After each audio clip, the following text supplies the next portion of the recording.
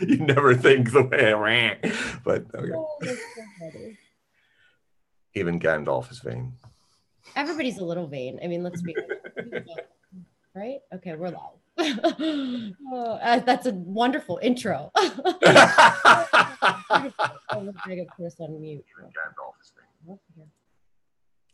You never. Okay.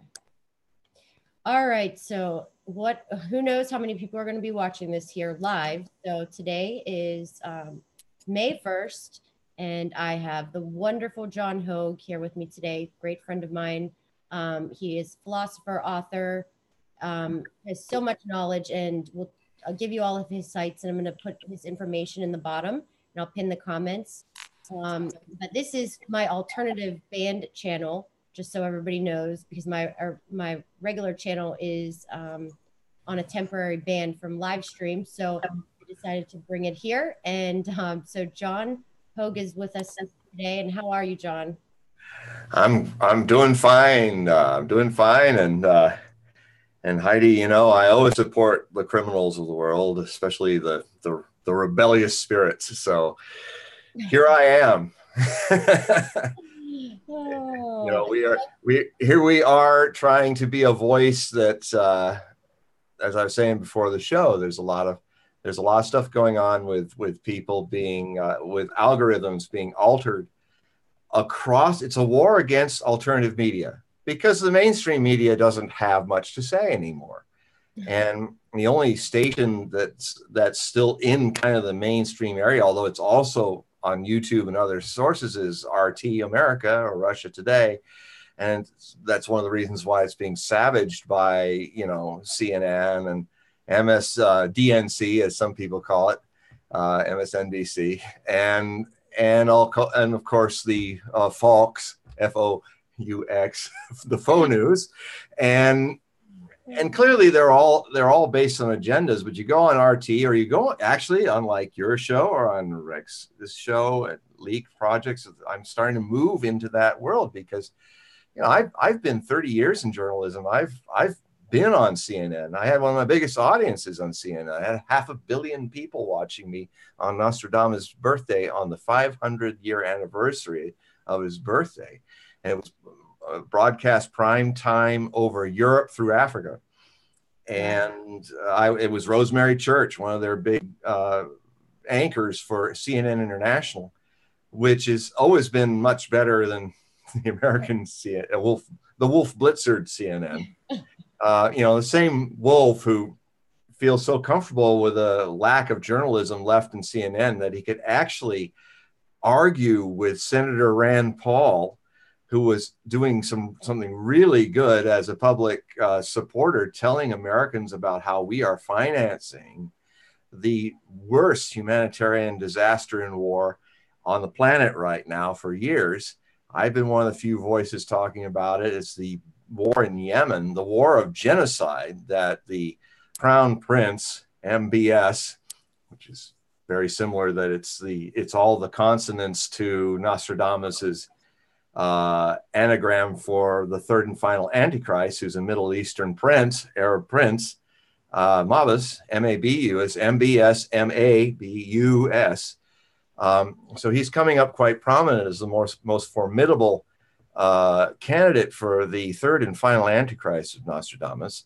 And he did this big charm campaign.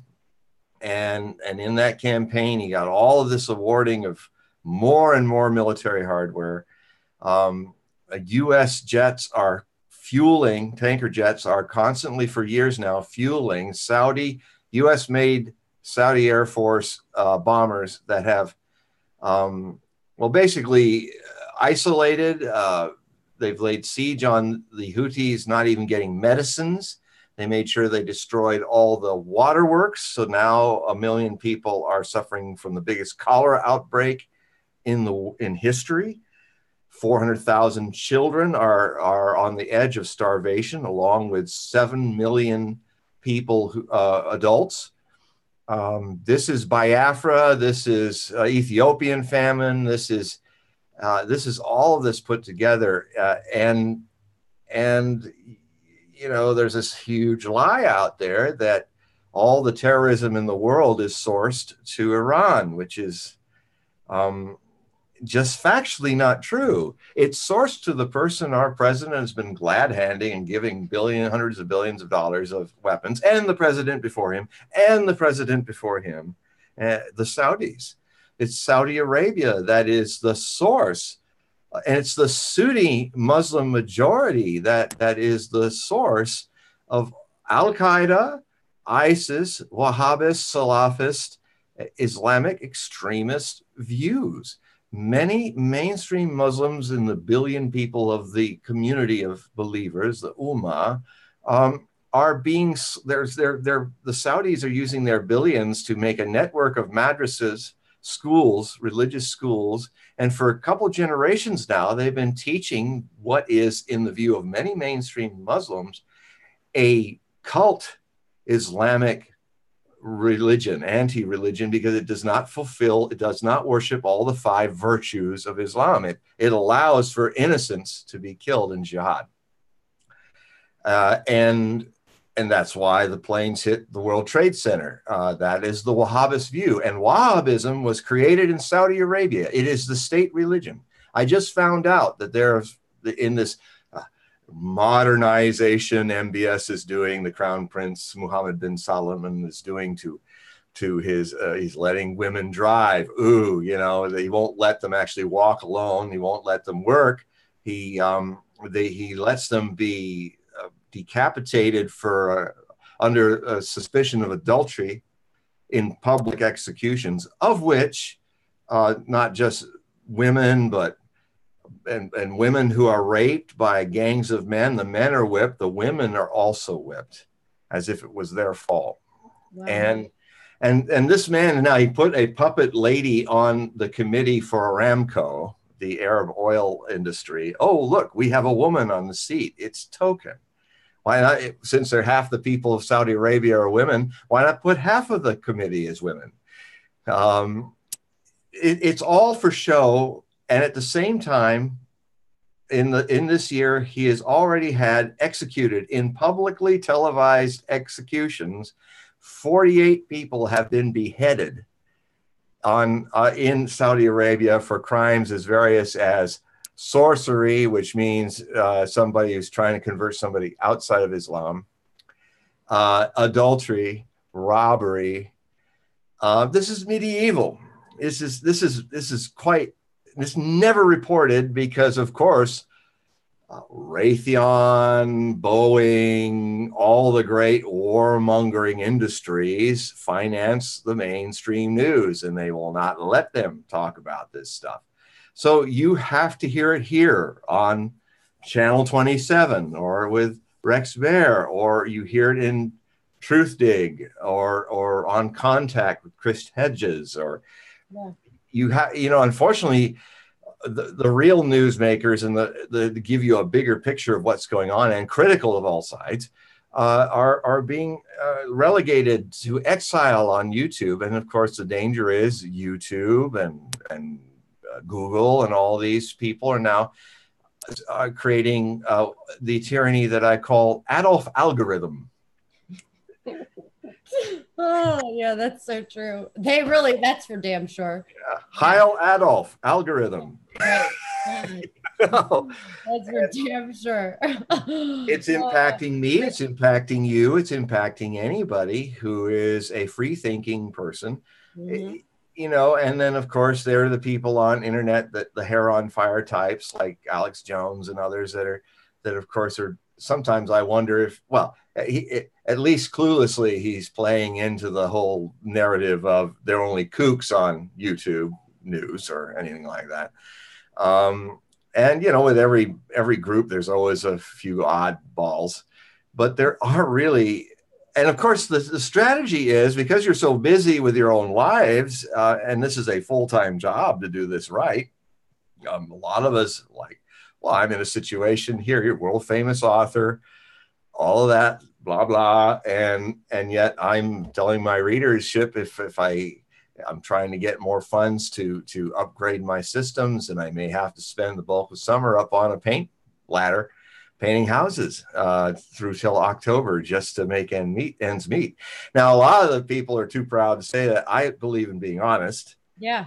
And yeah, so that you know that we're just regular citizen journalists out here. I mean, you have your job, I have mine, which is this, which is amazing. I've been able to do it, but it's getting harder and harder. And of course, that's how this corporate news plays it. They're going to attack through the bank book, the checkbook. They're going to attack through access. So this is the face of fascism. It's in ones and zeros. It's not a guy with a Charlie Chaplin mustache on his face, or Mussolini or Hitler or any of that coming up again. It's something you won't even see. It's even something that's going on even if net neutrality is restored. And in fact, net neutrality in states is being restored. In my state, Washington State, the governor is trying to restore it. But I've always felt that as bad as that is, more obvious as that is, the real cancer is a step deeper from that. If net neutrality comes back, everybody will relax unless people like us remind them that the algorithms, yeah, you can get free access to whatever Adolf algorithm decides you can see. And if you're like most people who kind of live after 2 years of two generations of dumbing down the United States populace, de-educating them in their civic rights, in their journalistic rights, or just basic critical thinking, which is what the liberal arts did. It wasn't just people painting hand paintings and just pretending to be artists or poets or whatever. It was also teaching philosophy or debate, critical thinking. The situation where you might, when I grew up, there was a situation where a teacher would say, okay, how many of you are supporting this theme we're going to look at today and how many are not? And then if the person that raised their hand in support, he said, okay, all you who support this theme, you're going to argue the other side's theme and they're going to argue yours. And then you kind of learn how to look beyond your own prejudice or limits. Yeah. That kind of a muscle is not even being developed in the brains of most of the younger generation now. Although I still hold hope for the millennials that there's shocks that are going to happen to them, as in thinking going to college was actually going to put you in a higher strata of earnings when it's actually put you in the dock of debt for the rest of your life. That's the kind of catalyst that can create a revolutionary change. We're not there yet, because what at this point where we are in general is that people are just trying to get by, and kind of too busy with their own lives to even do more than just hope that Trump is actually going to bring the cows home and the jobs and create the miracle of getting infrastructure together. I mean, if the news was really responsible, they would waste less time on promoting from the left or defending against from the right a complete BS story, the Russian hacks, and look at, here's the thing that's been 2.5 years almost into the president's administration that we really should be pressuring him on. Where are those jobs? Where's that infrastructure? The news should then be saying to the Democrats and the Republicans in Congress, why aren't you people show stories about how it's not happening yet, and interview people on the streets. Get that every day drumming in. That's the citizen journalism's way of making people aware that this is what we really are interested. Why is it that again and again and again, one of the most common stories is that the polls show, and even the polls, which are no longer so trustworthy, but the general tenor is that the government does not represent the people anymore. It represents special interests. It has built itself into that. One of the ways to change that is to change what's going on in your state legislatures and local government, because there's less big money involved. So I hold hope for the states to through a refreshing of the states' rights movement. Long ago, I started writing about how the cycle of America being called the United States is since the Civil War changed it from the United States are, that this kind of federal dominant phase where the United States is now rapidly changing in the next 9 to 10 years into the United States are, and it's already happening with marijuana. It's already happened. The federal government lost the power they're not going to march into all these states and stop people's marijuana situation. It's happening with net neutrality. More states are joining that. It's happening with the popular vote movement, which is trying to alter the interpretation of the law of electoral college so that the states, once enough states join it and their electors number 270 votes, which is the number to pass, when that happens, the law they all agreed to will be enacted, and that will simply mean that the electors will vote for whoever wins the popular vote. So it doesn't take the Electoral College away. It just takes its political significance away. And it's completely legal to do. And it's the power of the people through the states to do it. I think they're 103 votes away from that point. So they're getting close. And we shall see. So there are movements. I wasn't even aware of this movement until about 3 years ago. I wasn't even aware that my own state was one of the first. Washington State was one of the first to join this movement. And I'm somebody watching the news, but there's so much to watch and so much to get through of the bunkola that I didn't even know that. So mea culpa. I only just recently found out this major movement is going on. Mm-hmm. There's also the Wolf Pack movement that's trying to take money out of politics, state by state. And it's that grassroots level, that going global, which is a subject that's going to be a main theme in my upcoming epic, which has been delayed 3 years, which now is actually perfectly positioned where it should be. Looking at the last 2 years of the 2010s and about 6 months into the 2020s, which are also looking at the longer term potentials of what's going to happen in the next 10 years. They will be the most significant. It'll be the most significant decade in human history of crises and breakthrough potentials. But in more near future situations, this is May Day. This is May Day, and May Day is the opening of a month that I have been waiting to see and writing about for about 6 months now. This is where this year of 2018 really kicks off. If it hasn't been interesting enough with false Syrian missile attacks, I mean, they fired them, but they spent $120 million to destroy $100,000 worth of empty warehouses in Syria and lost 71 of the 103 missiles fired, 11 of which were top drawer, cutting edge new US Raytheon super missiles, and they were blasted out of the sky by 1973 editions of old Soviet anti-missile batteries, SAM missiles, basically.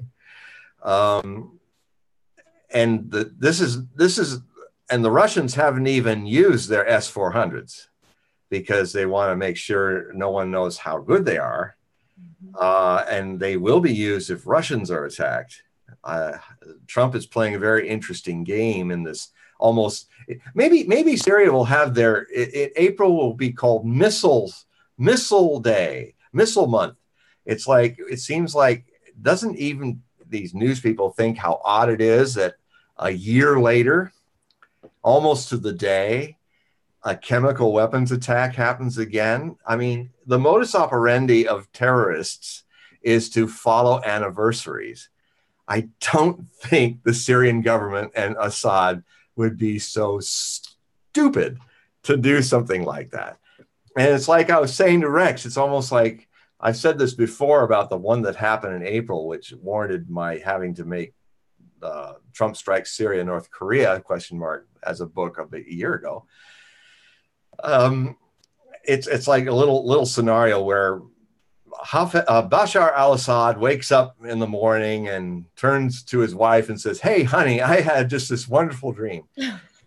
I'm finally winning this bloody 7-year war that's nearly destroyed everything left standing in my beloved Syria, mostly fighting U.S.-funded Al-Qaeda, as if, and with the Russians' help, who we illegally invited in, and everybody else that's in our country is here illegally, including the Americans by a couple thousand, special forces with the Kurds in the eastern Syria occupying it. That is completely illegal. Syria would have every right to attack them and run these invaders out of their country. But he has this, after all the things that are against him, he's winning. When I saw that Al-Ghouta, which has been under occupation by Jabhat al-Nusra, an Al-Qaeda affiliate for all these years, and he's winning, I was thinking, oh man, here it comes. When he's winning like this, they moved most of the people out. They liberated hundreds of thousands of people. And the footage you'll never see on U.S. television is all these people hugging Syrian soldiers and their Russian advisors like they were liberators. And then they're all telling their stories on camera. It's all on footage. You can look at it online, raw footage of it. And they're all telling their horror stories about what happened. And it doesn't have the body language of people going, oh, yes, I love Assad. I want to say how terrible the people were to us. Oh, yes, yeah, I'm smiling. Yes. No, they were like relaxed and happy. And it was real. And so when it was just a little Al-Duma, this little corner of Al-Ghouta that was left, I was thinking, there's got to be a big fake chemical weapons attack, at least tried. And when it happened, here's the thing that you'll not hear. I have written about it in articles at Hogue Prophecy, and I'll share with you now, is that it happens. There's the British, the French and the United States just rush into an attack. They don't have evidence of anything. Just like a year ago, they had evidence, pictures of people sick and in a hospital, but there were a lot of things about that footage that was really weird. Like, if this is a sarin attack, why is everybody running around without hazmat suits? Why are these doctors grabbing people and cleaning them off, physical hand to cheek? A nerve agent, they hope that you're stupid, that you don't know that nerve agents, and will not inquire how a nerve agent attacks you. If it gets an aerosol into your respiratory system, or if sarin even touches your skin. And if you're sick and having skeletal freeze up of your muscles, which is stopping your diaphragm from breathing, so you're starting to drown in your own body fluids, and they're trying to give you some antidote. If they touch you without gloves, without any protection, they'll start also going this way too. That's how agents like Novichok and sarin and VX, this is what they do. And there's none of that going on. There are. So then Trump lobs all those missiles. A year later, there's even less footage that is believable. Right. And in that footage are doctors and nurses standing aside as all these strange men who are just yelling chemical weapons have been fired, are grabbing all these people. And there's one kid, a lot of people have been interviewed, not on the mainstream news, but by Robert Frisk and some really good investigative reporters I watch in Deutsche Welle and in German sources, who they got on the scene just a day or two after the attack. And for days, they filmed and taped interviews with everybody, and a lot of the same people that ended up on that famous picture of everybody getting sprayed with hoses and washed. I mean, that setup at the emergency ward is set up in case of a chemical attack. But what happened is this little kid and these doctors and the other people, different people were all saying that, yeah, we were down in the basement. There was a missile attack. It hit this building, which, by the way, was a command center for the Jabhat al-Nusra people. The smoke and dust that it created was very thick, like fog. There are shots of some of those guys running with cameras running through the smoke. But what they're doing is, if they're running through smoke that's laced with chlorine or mustard gas or sarin or whatever, that's nerve agent, they're not going to be running very far. They're going to go and die, or start getting on the ground gasping for air. But here they are running like crazy through all that smoke.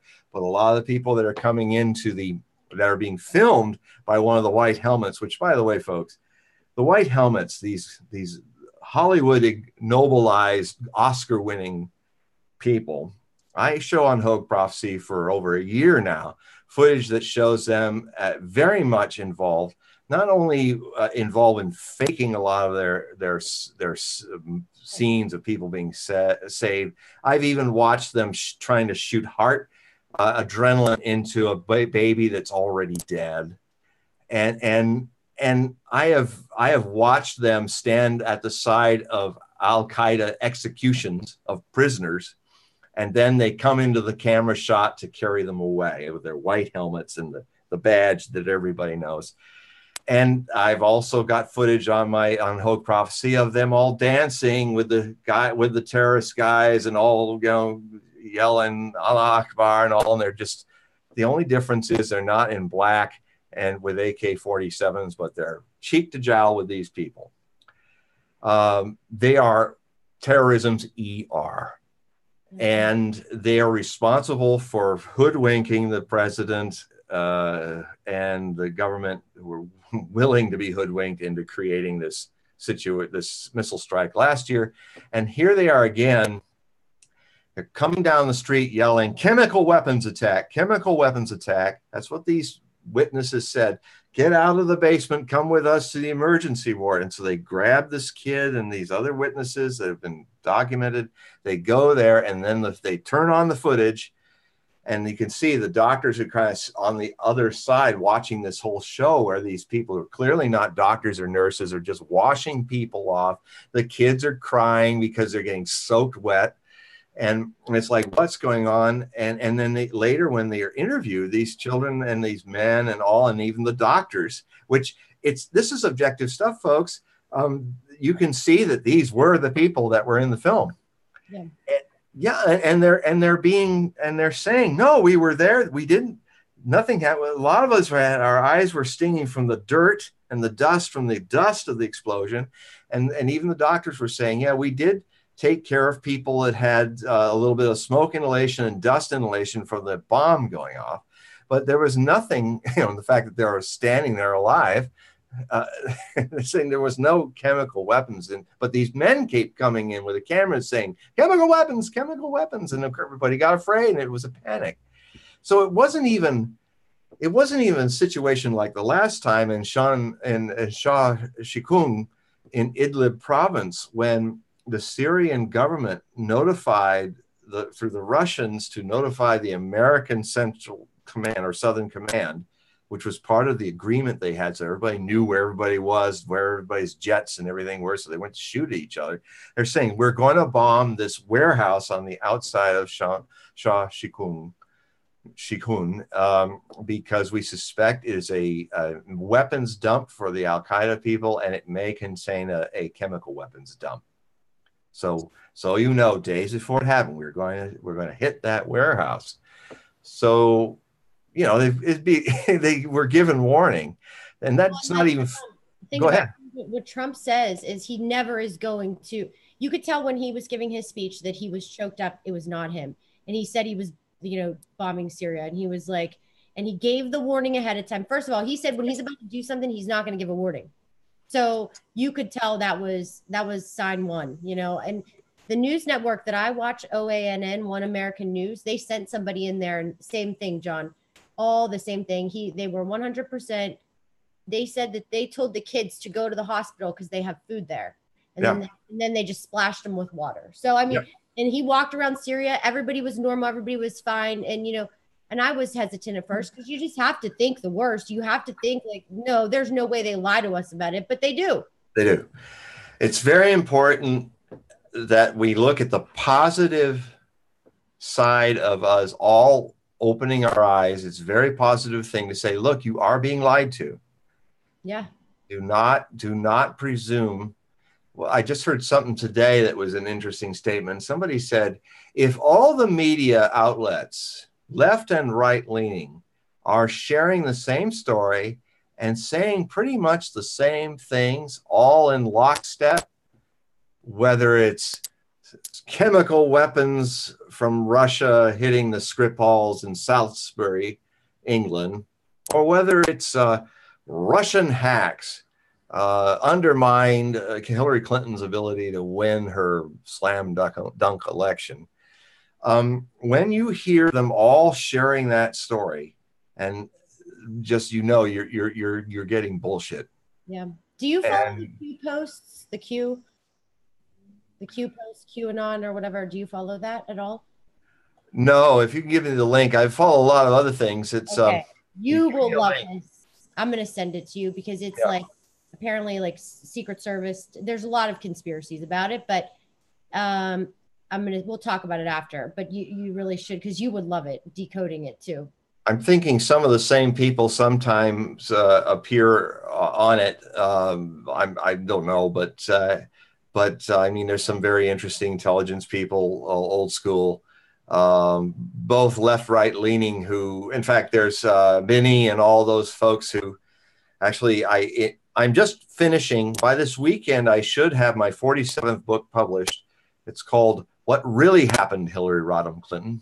And it looks at a book. It's a lot of it's a book that I was going to write. I always start setting up notes for the alternative futures of either candidate that I foresee being at the end for the election, and to see what kind of a president what future they potentially would create.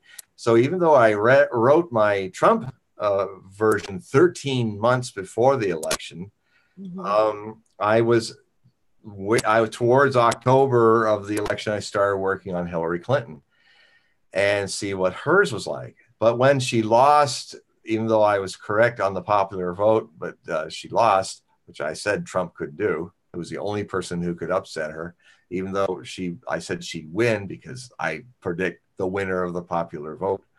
And I heard that interview. That's how I found you many years ago. Yeah, it is becoming, it's like a couple of years now almost. It's time flies, but it's, so there it is. This woman.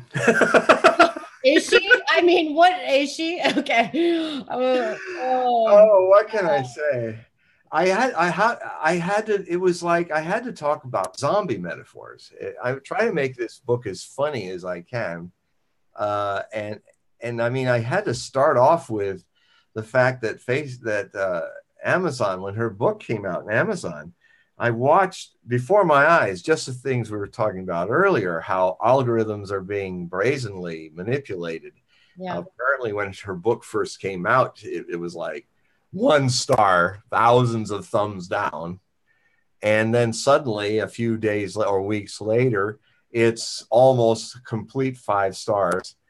And a lot of people were talking about, what's this? And a lot of people that were dumped more than once. I looked at the top 3, and up to the time in April when I started the final work on this book, those top 3 people had just shifted. Number 2 became number 1, number 1, number 2. But these top 3 most read reviews at the top for having the most influence on people's choices, right or wrong, positive or negative. They are all negative.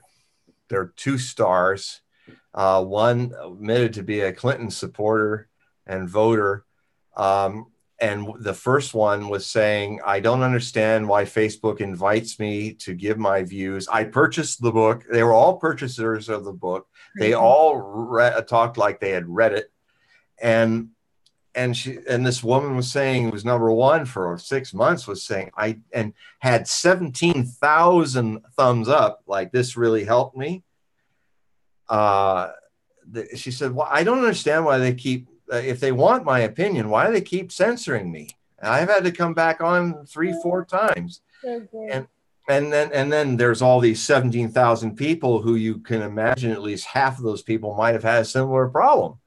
yeah. And so, you know, you look at Bezos, major Clinton supporter, part of the, even though he's up here in Washington, he's part of the Silicon Valley West Coast tech aristocracy, which is totally blue Democrat, pro blue corporate Democrat, pro Clinton, and gave lots of money to her. In fact, Clinton gained lots and lots of the corporations of the world really wanted her to be president.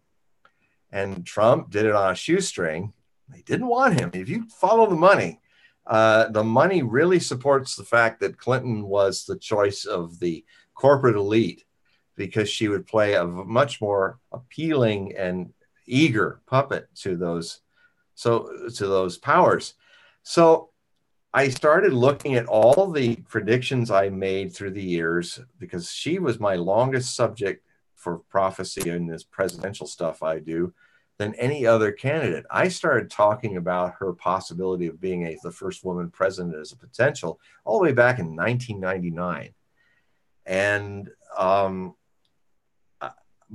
a year before she was involved in the early stages of the primary election in 2008, I warned that if she didn't get over this issue about basically giving President Bush war powers to go to Iraq as one of the senators who rapidly, with less than 2 hours of debate, rushed to give war powers to President Bush to do carte blanche with Iraq. And that there was a strong anti-war. In those days, Democrats used to be known as the anti-war party. Now they're just as pro-war as the Republicans can be.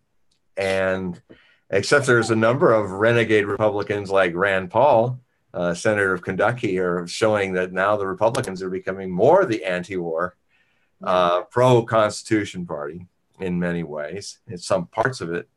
The identities are being murky now, but in both parties. But anyway, in that time, there was a strong anti-war movement. And if she didn't placate them, she was not going to win. I predicted her tight race with who I saw as her main campaign competitor, Barack Obama.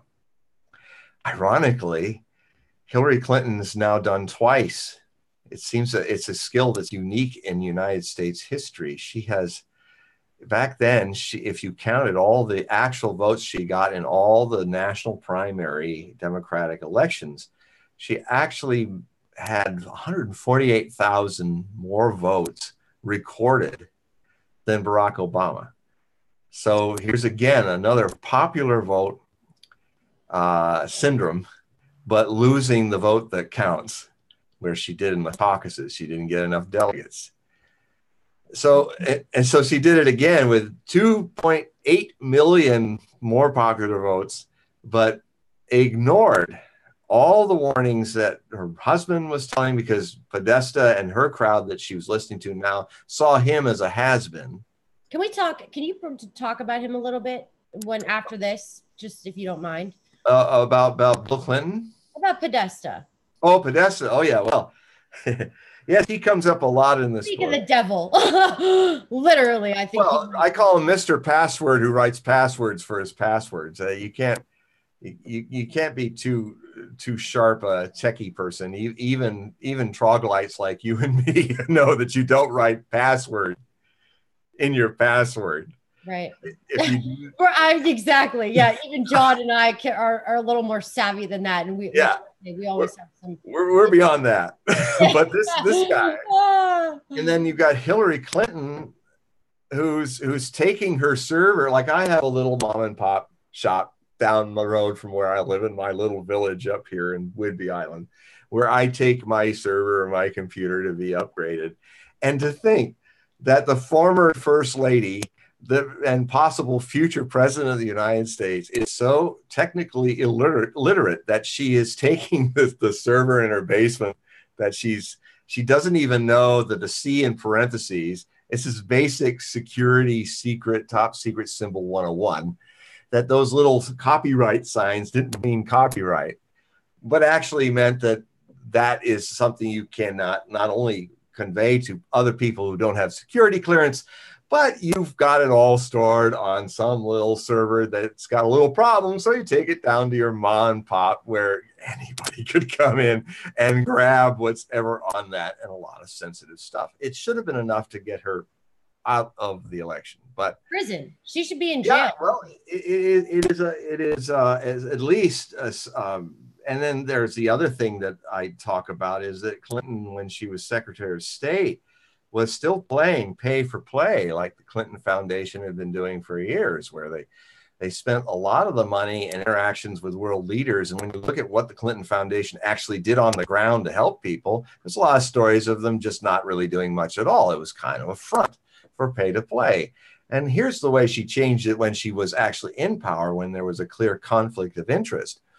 She, for first 4 years of Obama's term, she's Secretary of State, and she is strongly lobbying to give the first major, biggest, it's been broken since then, but the biggest foreign arms deal in history at that time was the one that she did to the Saudis to build up the weapons they're using now against the Yemenis, and something to $130 billion in one shot. And then right after that, she's no longer Secretary of State. And just by chance, within weeks after she's no longer legally there, the Saudis give like $15, $20, $30 million to the Clinton Foundation. And, you know, what they don't tell you too is that the guy who is the Muslim American and his wife, who Trump just stepped right into that trap, where they were at the Democratic convention, hitting him on his weaknesses of a narcissist, putting him down, and he's not understanding that this is a trap. Because their son had died fighting in Iraq. I mean, it's a setup to use that against it. Well, you know who that man is. He was part of the inner circle of the Clinton Foundation. He was the main agent for money being passed from the Saudi kings to the Clinton Foundation.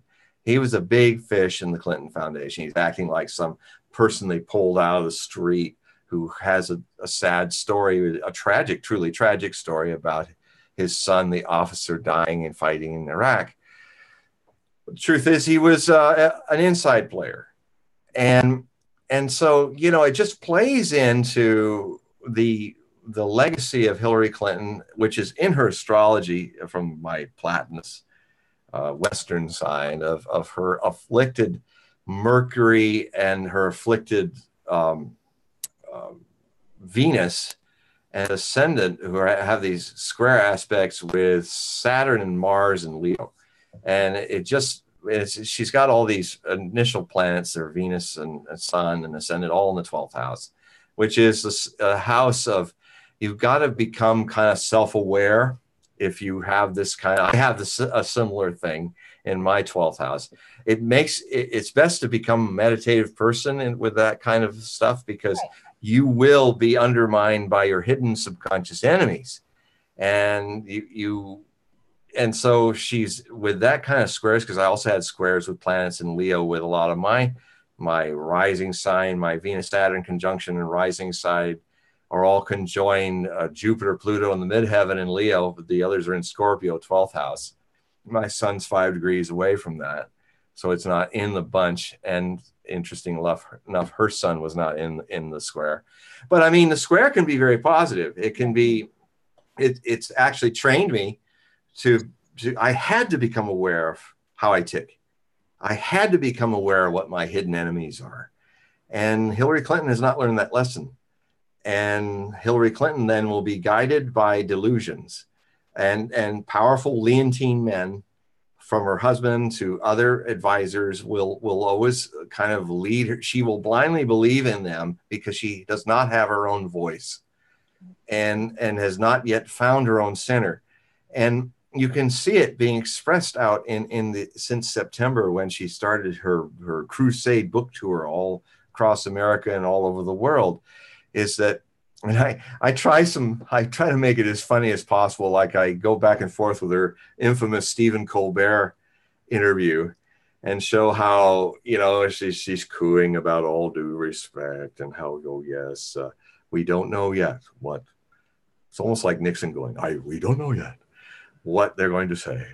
And she's looking so stateswomanly like, but you can just feel it like if you wrestle with crocodiles, their energy starts building before they start wanting to twist. And it's like, you can just feel her, like, it's almost like I could hear her in her voice saying, have I looked civil enough? Have I looked stateswomanly enough?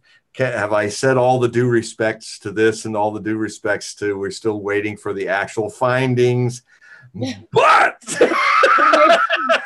you know, right. Russians, and suddenly she's starting to blare like she's channeling John Wayne in drag, and the Russians are bad, and then suddenly she unloads a litany of unsubstantiated theories and conspiracies that to this day have no objectifiable evidence. After a year and a half, more than a year and a half. We're in May. By the time we are in mid-June, when the whole thing started with Assange 2 years ago, it'll be 2 years. It was when Assange announced that he had leaked out some information from the DNC that would be very powerful stuff that would show what they were doing, and he was going to announce it for the convention. So there then became, if you want to go back to the beginning of the whole story of Russian hacks, it starts dribbling out of the Clinton camp in the press. I went in the book and showed this after June 16th. The dossier that Steele was employed, the MI5 guy, to create, that all starts right around then. And what Binney and McGovern and Ray McGovern and dozens of people who I list that are involved in this group, the VIPS, that are retired agents, CIA, NSA, Army, all kinds. It's like all the different 17 agencies. These are retired people who are real seasoned, retired, and they have been since since the Bush going into Iraq, the vials of anthrax, fake anthrax that Colin Powell was showing to the United Nations, the very day that he was doing that infamous, here's what they're going to do. They've got weapons of mass destruction. I go through the history of how they have always made papers and assessments and then delivered them to the sitting president, whoever they are, Democrat or Republican, to advise them that whenever they feel that the people still working in the intelligence agencies have not been doing enough of investigative skeptical inquiry. And then this and that. So they were saying, we're trying to help you. Red light, President G.W. Bush. This is not actionable. So they've been doing it ever since. And their most recent one happened in early 2017, where they released a report to President Trump. And I have long tracks of this report in there. I also have the damning tracks of Hillary Clinton's contract with the DNC that she made before the elections, where basically she promised, and you see it right there, where she was going to pay monthly installments and fill the hole Obama left in the DNC's war chest for the presidential campaign of 2016, which had not been paid back since 2012, of $24 million. She walked in there, breezed right in and said, I'll pull it out of my own pocket in installments. But as this agreement shows, she made sure that she had, long story short, complete. It's like a catch-22. We got a catch-22. I'm buying something. He's not outwardly saying it, but it's all in the legalese there. She's only, her advisors are in these very key places. So she basically bought the Democratic National Convention. And it is a huge and damning addition to what Assange exposed from emails showing that the Bernie Sanders campaign was rigged against it. So she can talk about Russians rigging. And in fact, she can even, and Podesta too, can even play that game as a psychology of criminals are, that you can often, as a detective, you can often find a lead by just seeing how much a true criminal protests too much about a crime that he or she dumps on somebody else again and again and again obsessively is often a tell that they're taking their own crime and throwing it on somebody else. And for her to be so upset about rigged elections by Russians is a classic psychological example of a criminal mind that has been caught in the act and is trying to throw it on somebody else. And it's provable.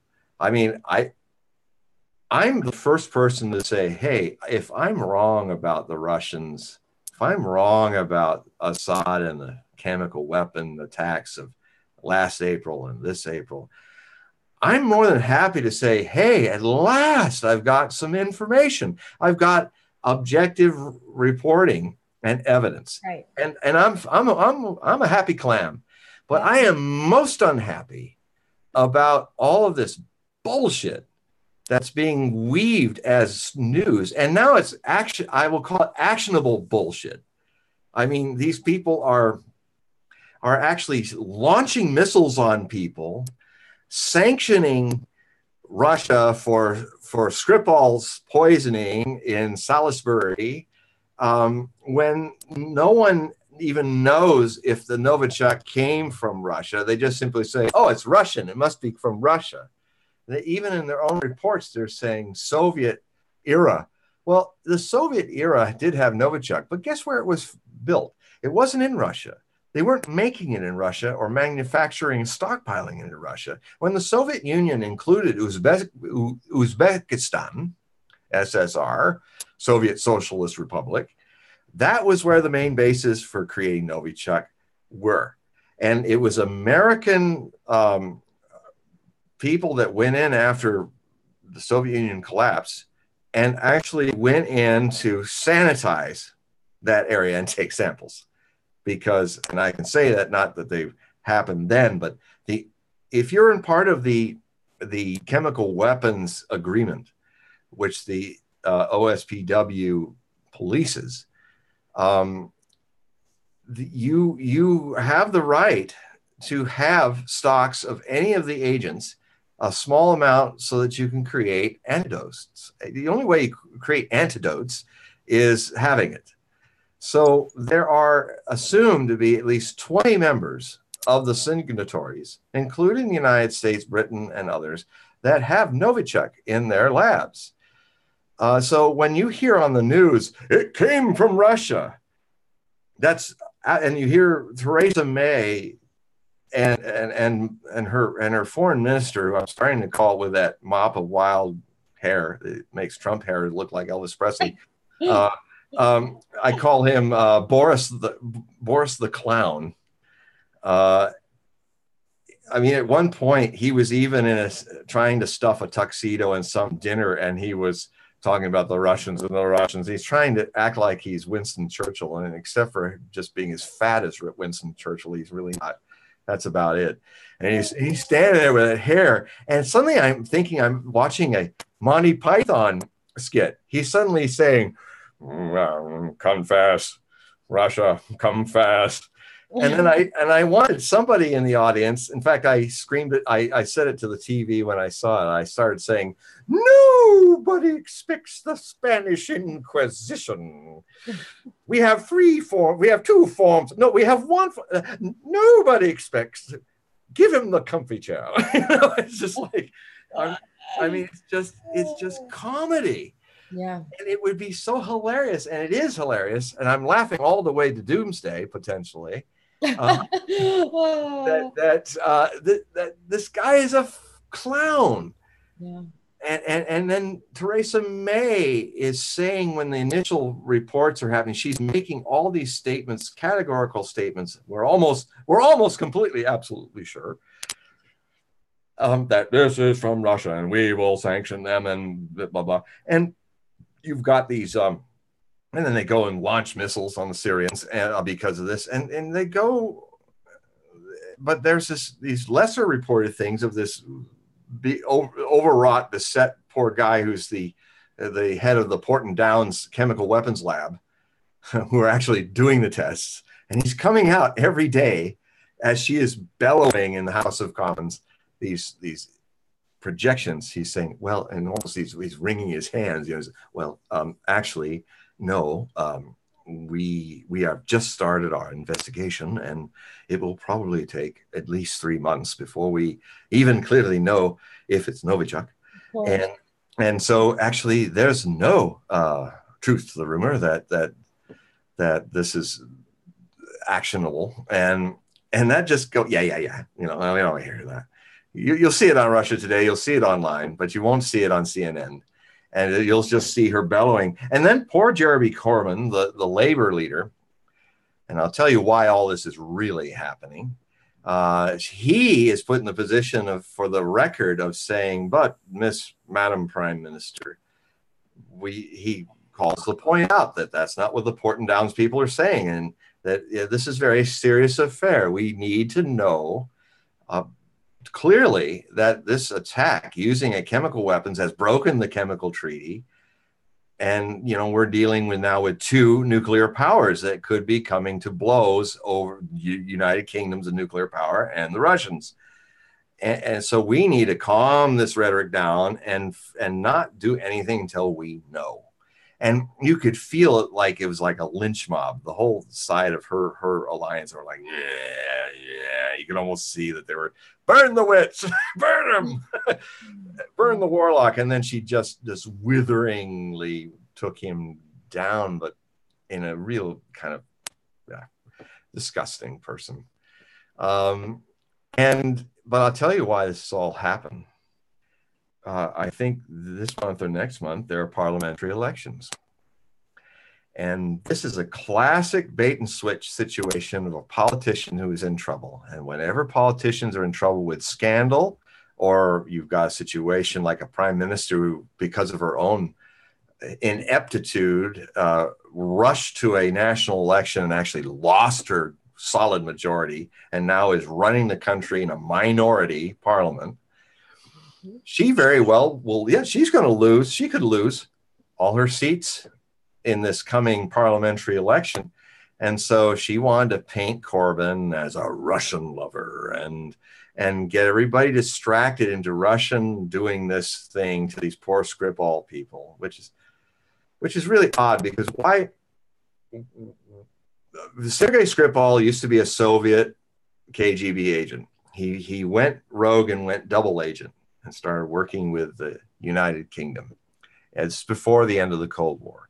He was caught, but before he was caught, he actually exposed 500 agents, moles in the West, some of which were killed, and the rest were put in prison. Okay, it's part of the espionage war of the Cold War. I get it. But here's the thing that's a little odd. He's caught by the KGB. He's put into a Siberian prison. He stays there for 8.5 years.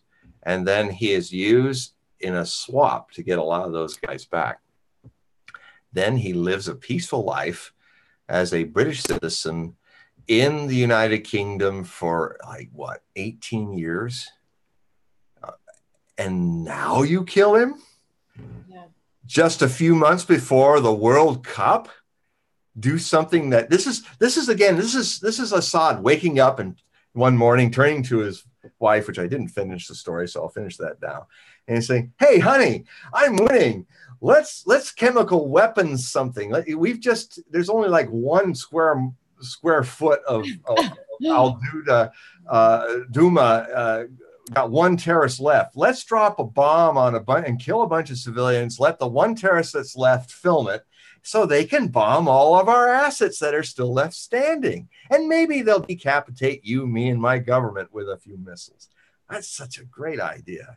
And then here's Putin. He's divorced, so he's turning to his mistress and he's saying, "Darling, I had this wonderful dream.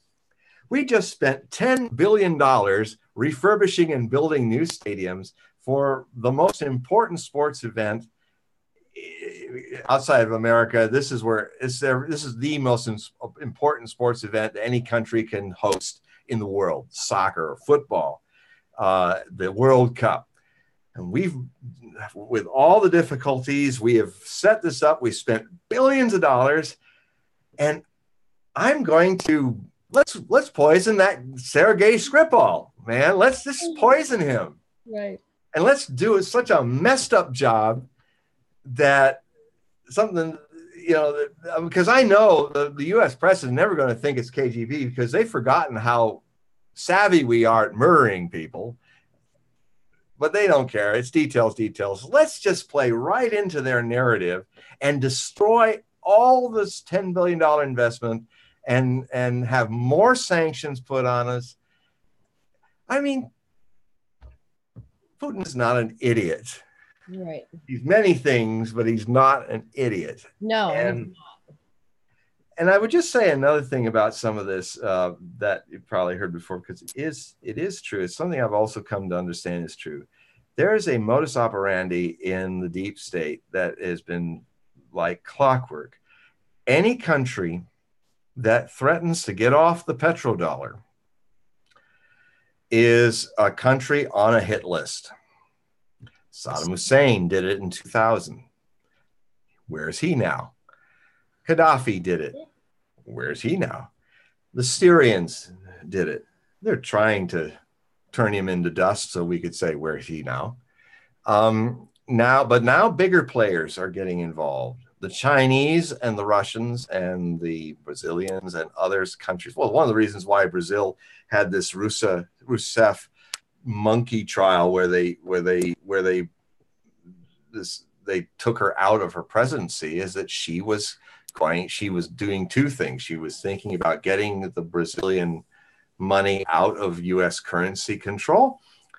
And she was also building a major new internet network. When all that stuff with everybody's forgotten and everybody's pointing the finger at Russia, in 2015 and 2014, the biggest news that was happening was the revelations of Snowden, which showed that America, being that we were the hub for most of the internet passed through our servers, that the servers were bugged by the CIA and NSA, and we were literally watching and looking at everybody's private information, including the cell phone of our allies like Angela Merkel.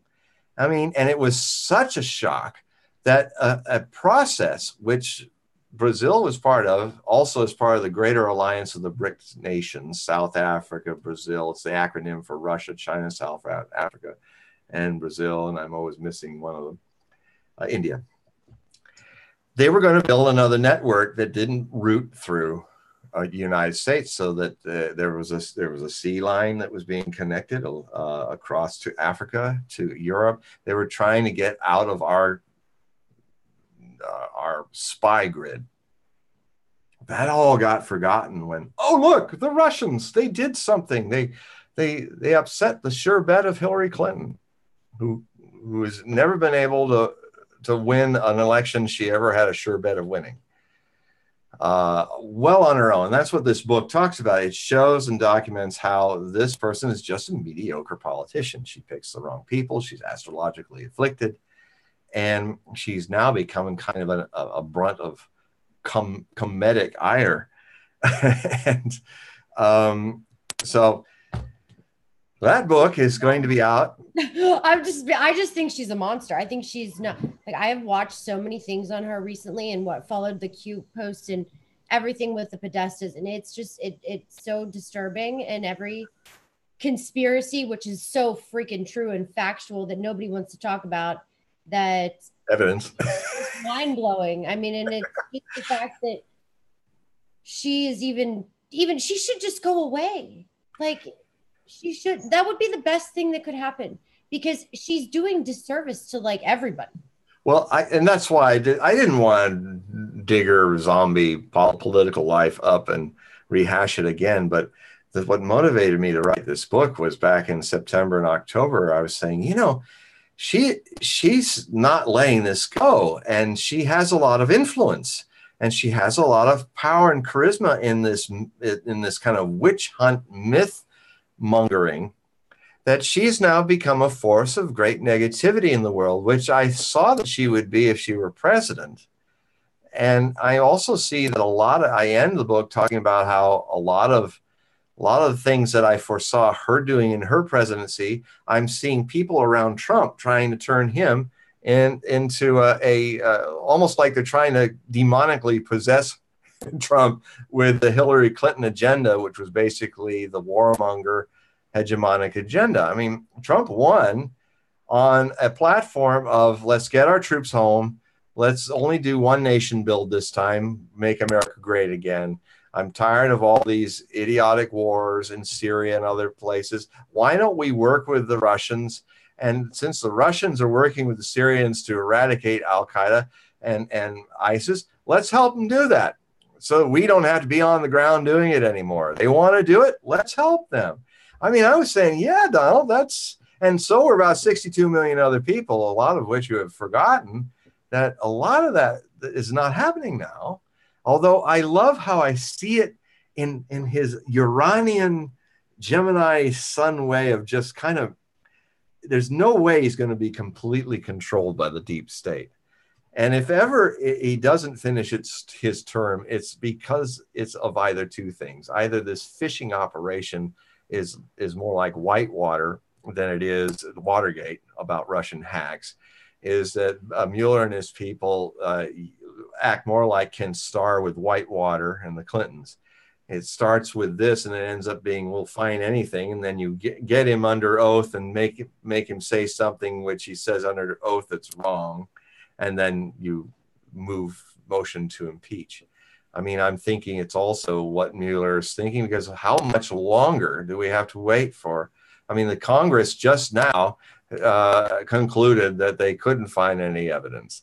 That, in fact, the sanctions, a wave of sanctions that should now be lifted from the Russians, is continuing, even though it's now been proven. They cannot prove. And whether it happened or not, we do follow laws and courts. And if you don't have the evidence, you don't have a case. So go. Of court. So, and if the WikiLeaks guy said, Julian says, I can't wait to see, he goes, and you want to sue me? This is going to be fun. Discovery is going to be fun. And I totally like, okay, you're going to sue them? Are you freaking nuts?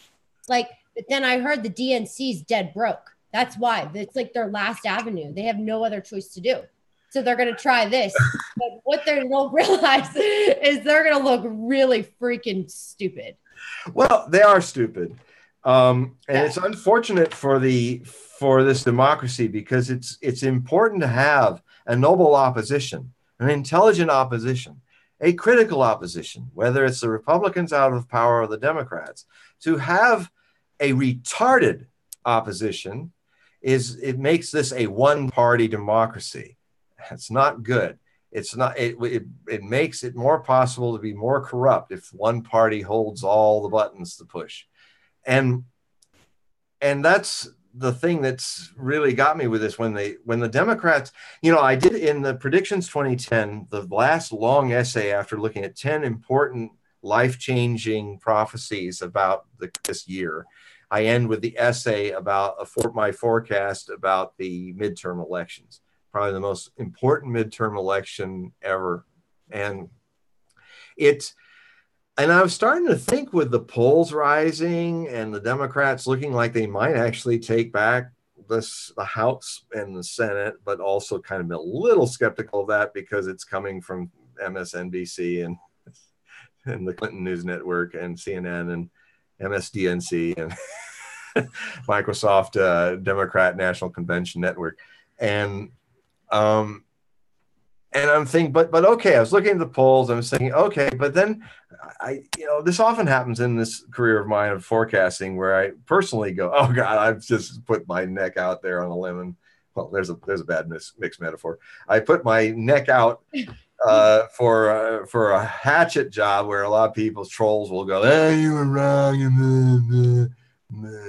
And that was amazing. I actually. wish I could do with another alternate media guy, Lionel of Lionel Media, who I've really gotten into. He can do, whenever somebody's having a brain fart, he just puts his hand up and he does the perfect little tutor like that. You know?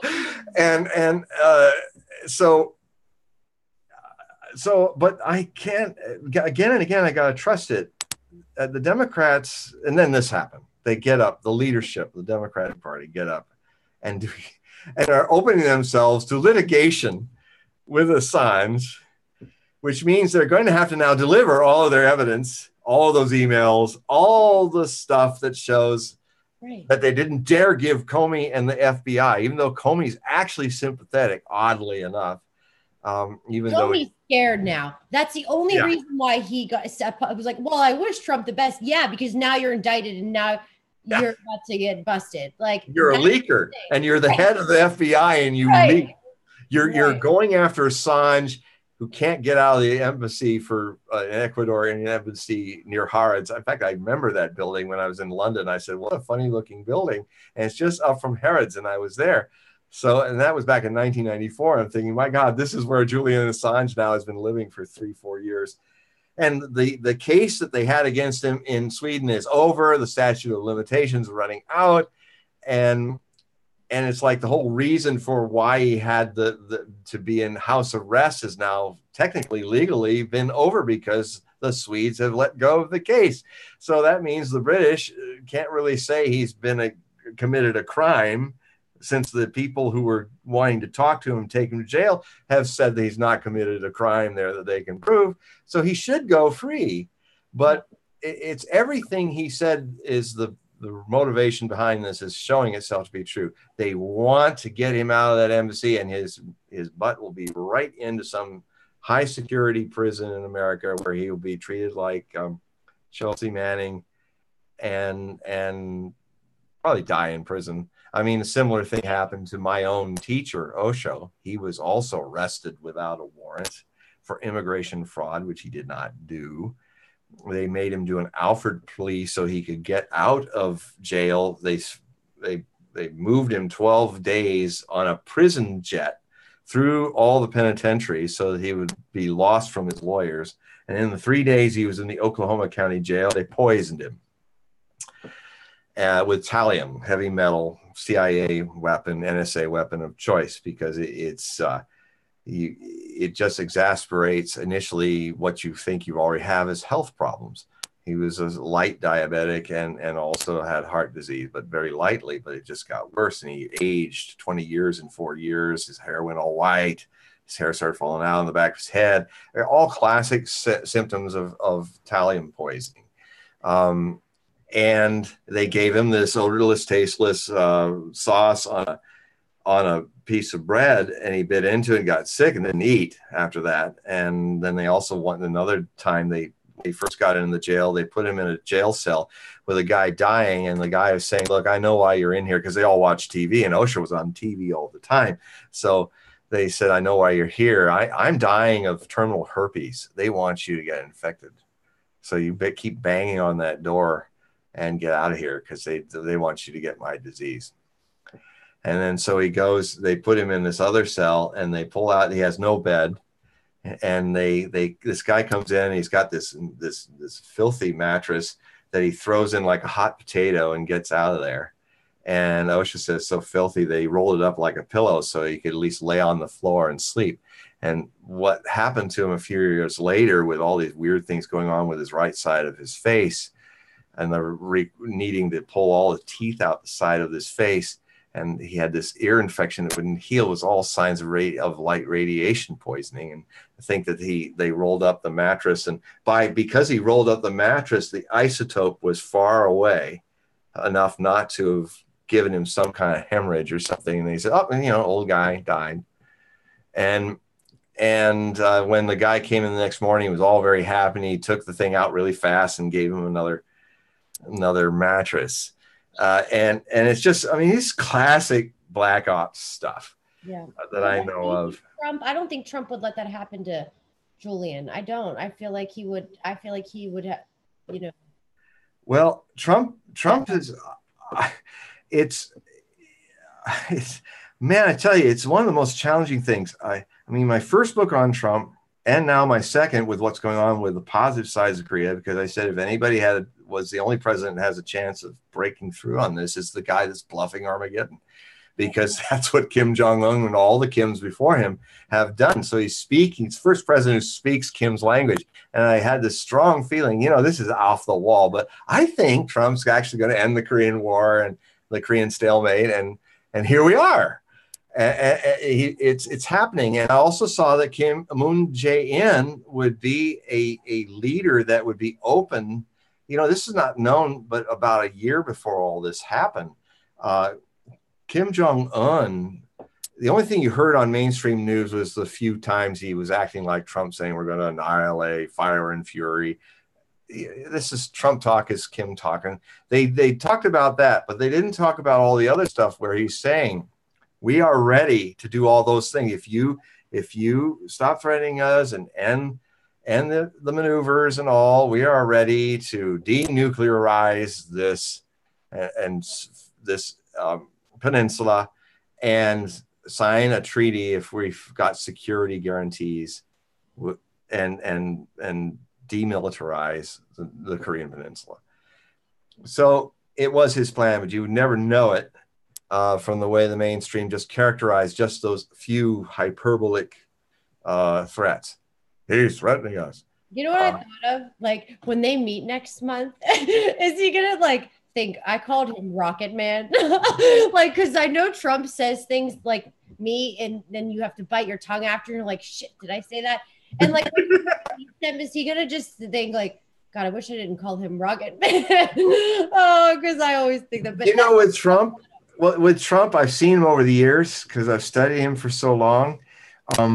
It's always the next moment. He doesn't. You don't want to think about that. It's like I've seen him even in the Celebrity Apprentice or in his ups and downs in New York real estate business since the early 90s. You can see him going loggerheads, just anything he can say, and it's getting back too. He's getting it back as much as he gives.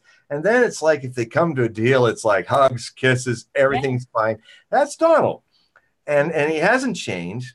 And I think my feeling was I was thinking there's Kim listening to him doing the Rocket Man, and Rocket Man is going to do this and that, and then when he got up, even Nikki Haley, who's a piece of work.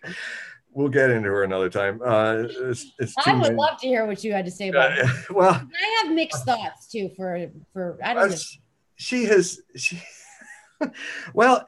It's very much like Celebrity Apprentice. They always had some kind of half-crazed alpha woman or male hillbilly, and it was kind of the Tom Boosie or the Boosie character or the Baldwin brother character who I sometimes think Bolton has become the Baldwin in his cabinet, where you'd have people very different, alpha male and female, going at each other. And it's almost like in that kind of chaos, he's sitting in his boardroom chair going,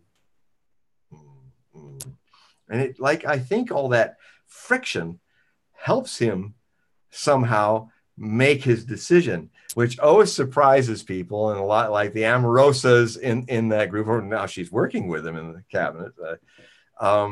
They think they've got him on their side, and then suddenly you're fired. Or you just out of the blue say, but then you said this and that. Well, what do you mean by that? And or like the way he built up Penn and Teller. And he almost got to, it was just him and the other guy in Celebrity Apprentice that were left standing. And suddenly Trump out of the blue said, yeah, but a few years ago, you said some really awful things about me, really mean things. And who said that? Wait.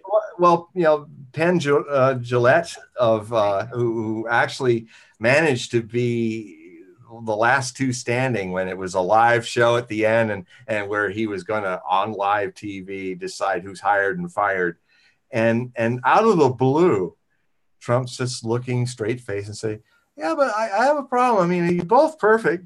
I don't know who to choose, except there is one thing that I need clarification on. Trump's pretty much saying, he said, you said all these terrible, nasty things about me after the last show.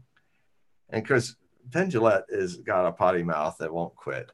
And it was almost like his potty mouth was remembered. And he says, well, you know, I'm not going to choose you because of that. Oh, you're hired. So people who think they got it sewed, like John Bolton thinks now he can start World War III with Trump. And oddly enough, Pompeo, too, is an interesting move because he's already talked face-to-face with Kim Jong-un in a secret thing as CIA head. And I mean, I think sometimes it's a bit Reagan-esque what Trump's doing. And I've often said on your show and in my books that Trump is a karmic echo back to Ronald Reagan. He's a little louder, more intense, out there version of it. But there's a lot of stuff that reminds me of how, you know, we ended a Cold War because, to be honest, Ronald Reagan played the nut job cowboy who might launch nuclear war. And that actually got everybody that wasn't making such bluffs more sober, and they solved their problems. And here you got Rocket Man, and now we're looking. Now imagine what's going to happen to the brains of all the anti-Trump people. They're going to explode on camera if he actually wins and gets the Nobel Peace Prize. I hope to God he does so bad. We should ask my rods, because I'm telling you, it will just make. Seriously, he deserves Probably it. will, if he can get past the deep state in June when they meet. I mean, there's going to be some. It feels like he really wants this to happen because more than peace, his narcissistic personality, and I mean that as a fact, not as a. Everybody's narcissistic, but it's amazing when I'm trying to talk to people who are against him. I said, "Oh, I'm not going to talk to a narcissist," and he said, "Well, then stop talking to yourself. You might not be as big a flaming narcissist as he is, but if you've got an ego, you're a narcissist.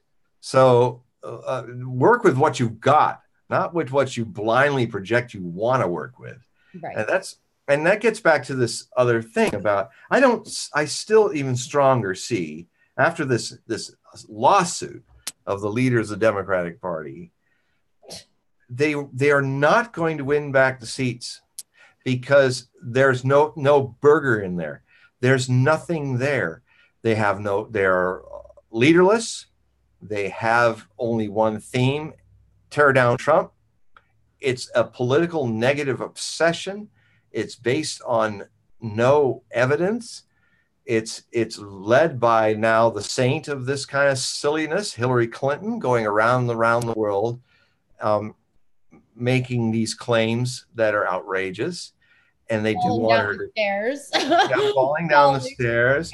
Well, I say in the book, with her medical background, she's had a very serious fall at the end of her term as a Secretary of State. Very serious, with blood clot next to the ear. And these falls indicate that she has, as I said in a lot before the election, I said, my main concern with her is she won't finish her term because of cardiovascular issues. She's trying to keep quiet. That she has problems, and she's having balance problems. They're getting worse. And that is classic of somebody who's had a very severe head trauma that is not healing fully because it was so severe. And as she gets older, I basically say, and I end the book talking about that there's some people who are actually thinking she'll run in 2020. I said, no, she's not running. It's done.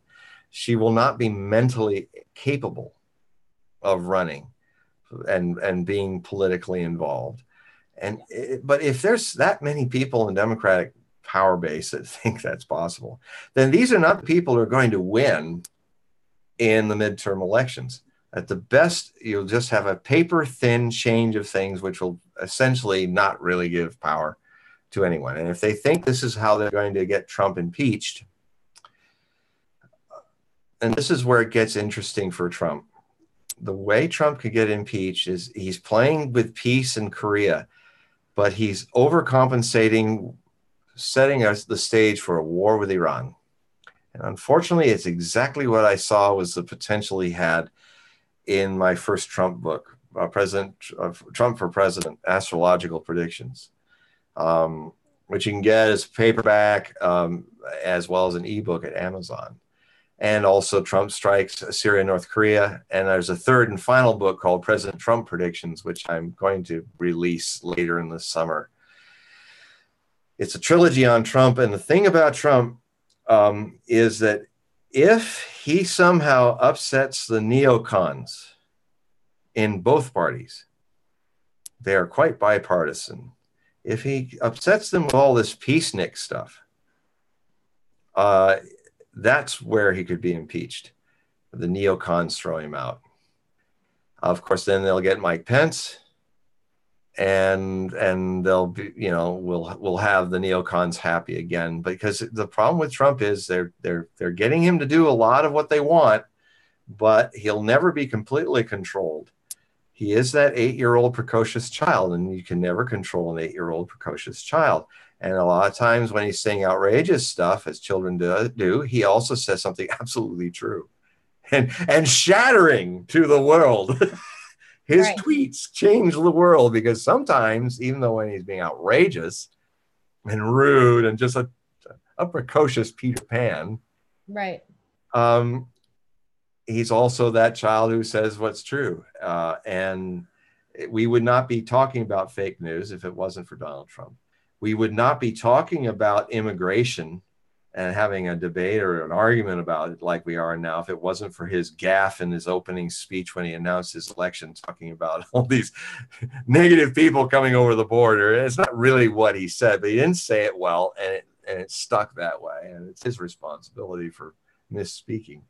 But still, really his biggest, in my opinion, his worst like downfall that he did, that kind of like, that's something I'm totally not on board with, but that's just me. Yeah, but it's also, but he's also can step back, and the child in him can say something completely true, like a child has been caught in the act. He says, yeah, but if I hadn't done that and cut my little sister's hair because I wanted to pretend, you wouldn't get her that great haircut that she has now. It's almost like, if I didn't say those things, we wouldn't be talking about immigration. Right. If I wasn't talking about the wall all the time, we would just do what all the other presidents have done. It's just postpone. Well, now we're having to deal with it now. And the same with, but the problem is that I said in the first book, he will have great success with East Asia doing what he does, this bluff and switch. I wasn't talking about Korea at that point, but I just published recently in Hogue Prophecy what I wrote about the trade war potentials with China. And it's shocking. It's just like everything so far that's happening is exactly what I'm saying it would happen 2.5 years ago when I wrote it. And what happens is that he's doing a classic art of the deal. I mean, he's going hyperbole, over the top, threatening, shocking, stirring all the shit up, and then he gets what he's really wanting. Yeah. And even today, some of the news is starting to hitch on the idea that this is all this stuff, like what he's doing now with Europe, getting them off the hook, giving them another month to think about it, is all directed to China, putting pressure on the world to kind of upset the whole flow of steel and aluminum and other things. And what he's finally going to get is what he really wants, 20% change and valuing the yuan higher than it is. And that he's not going to end the deficit, but he'll call victory when he can get them to increase the value of their currency to closer to its real value. And then he'll call victory, and there will be no trade war. And I think he'll do that. I think he's on schedule to do that. I think he's on schedule to, if he can get through June. And frankly, the Koreans leaders have gotten so far ahead of him now from his catalyzing the situation that he's almost got a position where he says, hey, they want peace. Let's get to the neocons. But the danger is, where he's good in East Asia, he sucks in Asia. He sucks. He does not get the Middle East at all. If anything, he's got the American myopia in spades. He doesn't get the Arab culture. He's the 8-year-old child that's being taken for a ride by the Saudi princes, in believing this bunkola that the Zionist supremacists in the Netanyahu government are spewing even to this day, that Iran is the source of all evil in the Islamic world. Clearly my experience of what's been going on in the last 20, 30 years says no. As I said in the beginning of this show, it is from Saudi Arabia. Saudi Arabia is the dark heart of terrorism in the Islamic world, and he's buddies with them. He's given them hundreds of millions of dollars. He's even given them artillery and armored vehicles to the tune of $1.3 billion worth of Paladin heavy armor, mobile 150 howitzer guns. And they're talking about the Americans leaving eastern Syria and the Saudi Arabian forces being a police force, military police action in that area. That the Saudi army is being armed up by the United States so that they're going to police these areas. Maybe Iraq is next, to cut off the lines of communication that Iran has with Lebanon and Hezbollah, which is an ally of Syria and Iran. And it is all done to placate the Israelis. We don't have a foreign policy in Middle East. We have the Israeli foreign policy. And I am seeing this country step by step with the president being hoodwinked into this to placate neoconservatives, who, by the way, many of the chief neoconservatives in the movement are also dual Israeli citizens. So they advise Netanyahu, they advise our presidents, Obama, Bush, and now Trump. And, you've just put a man in last year, Bolton, who in a big sing-pack speech, ended his speech like saying, and in the summer of 2018 or in 2018, we'll meet again and we'll celebrate in Tehran. This is the man, head of NSA, who is talking about like invading Iran and having the same meeting in the defeated capital of the Islamic Republic of Iran. He's crazy. But then Trump had always some crazies in his celebrity apprentice, whether they're on the TV show or whether they're in his cabinet. And it doesn't always mean the crazies win. In fact, the crazies never do win. So taking my lead from how he is managing his cabinet, which is the newest season of Celebrity Apprentice, the comings and the goings, I'm hopeful that I think he's going to, on the 12th of May, back out of the nuclear agreement with Iran. Very bad move. So as much as he's going to shine in the East Asia, he could actually derail and send the United States into its greatest military disaster in modern history if he goes to war, and he could go to war with Iran as soon as August of this year. And that will be his downfall if that happens. You can tell that he's getting some idea in the crazy way he did this last missile strike. I mean, he's calling Putin. They're on the phone a lot, by the way. It's not probably said on the mainstream news, but they're regularly calling each other whenever this stuff happens. That one thing, though, makes me nervous. Even staying in it makes me nervous, though, for some. Like, I just don't feel like we obviously don't have the full truth, period. We will never know. I know a lot of NSA people, and I just don't think we have the full truth. Okay, well, I can't say a lot of things because I sell homes to all the NSA people, right. So I can't get in trouble here. But I understand. I have my own contacts too. It's like, God, I wish I could say some things I want to say so freaking bad, but I can't.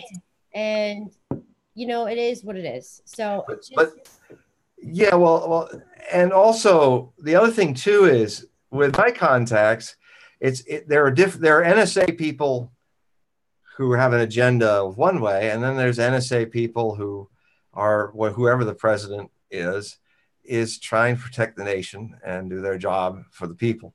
There's a lot of people in both the CIA and the NSA. And I'm saying this even knowing that the CIA probably killed the most precious man in my life, my spiritual teacher, with thallium poisoning. But I don't blame. There are people who have their agendas. And some of the contacts that I have to think, okay, he's telling me this, but yeah, right. But I have to go, okay, let that in, put that on a shelf there, and then look at other things that go on and see if it matches it either as being true or being an agenda. Yep. And as you know, because when you investigate, that's how one has to be with it. Oh, that's very interesting, and then go on. Now, the way that Trump launched on Syria, his punitive launch, no jets came in to destroy the Syrian radar defenses. So he knew, as what happened in a year before, in the last April, that if those defenses are up, the Soviet age 1973 missiles, SAM missiles and stuff, are going to, or other kinds of missiles, are going to shoot down most of those missiles. Initially, when it's being shown on the live, what was going on, the Pentagon, all these guys, especially on CNN and MSNBC, are showing these maps that are just covered with targets. I'm thinking, oh no, this is Iraq all over again. They're just going in to knock out what's left, and then the Syrian regime will collapse, and that will create a new Al-Qaeda state and just make things much worse in the world. And you don't have to like Saddam Hussein, but he is a stable sovereign nation. And this breakup of Syria in the long run is not good for the world or for American troops, because they'll be drawn in and they'll be fighting, dying, and bleeding for Israel, not for our country. If Israel wants to go to war with people, fine. Your sons and daughters, your risk. But I hate this way that the cabal of neo-Nazi Zionists are trying to do their greater Israel thing. And so half the country of Israel itself does not support this. Many friends in Israel who do not support what the government is doing would like to find a two-state solution with the Palestinians. But they don't get on the news that much. Now, what Trump did is warn Putin on the phone. I'm almost certain of it, but he certainly warned the world in a tweet several days before that the missiles were coming. They're going to be so fast and so new. Right. Yeah, right. What can I tell you? I mean, and so they started evacuating all the centers. And what's ironic is the OSP, I can never get that acronym right, but anyway, the chemical weapons investigators have a map that they published to the entire world as part of the treaty. And I can see the Pentagon was using their map to target any labs in Syria that might have been making anything that was chemically oriented. But initially, it looks like 12 different places got bombed into the Stone Age. But as the night went on, it went down to 3. And then I'm seeing all this live footage of missiles getting blown out of the sky left and right. And then it's like the only footage you see of an area that's been destroyed was that place outside of Damascus, which was the 100,000, the empty warehouse that used to be a place, which had been approved in November of last year by the chemical weapons group as being clean.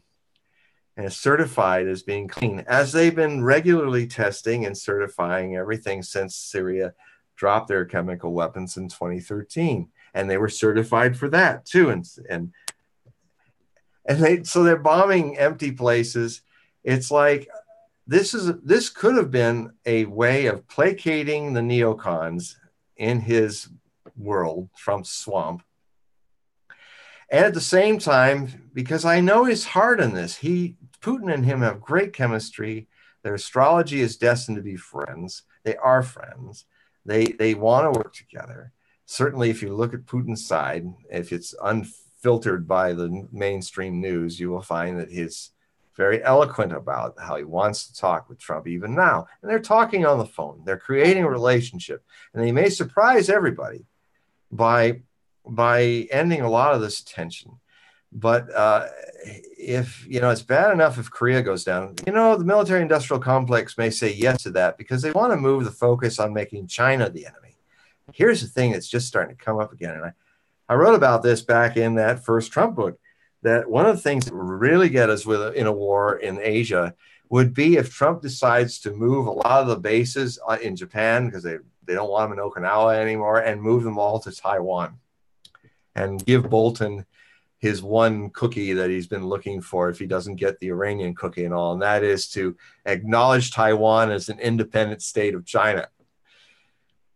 Yeah. Just only, 60 miles over a channel from the mainland, and have all that same force now pointed in Taiwan. I think that's coming next. If Korea has peace, it's going to all move to Taiwan. And it's the very thing I was saying would happen 2.5 years ago as a potential.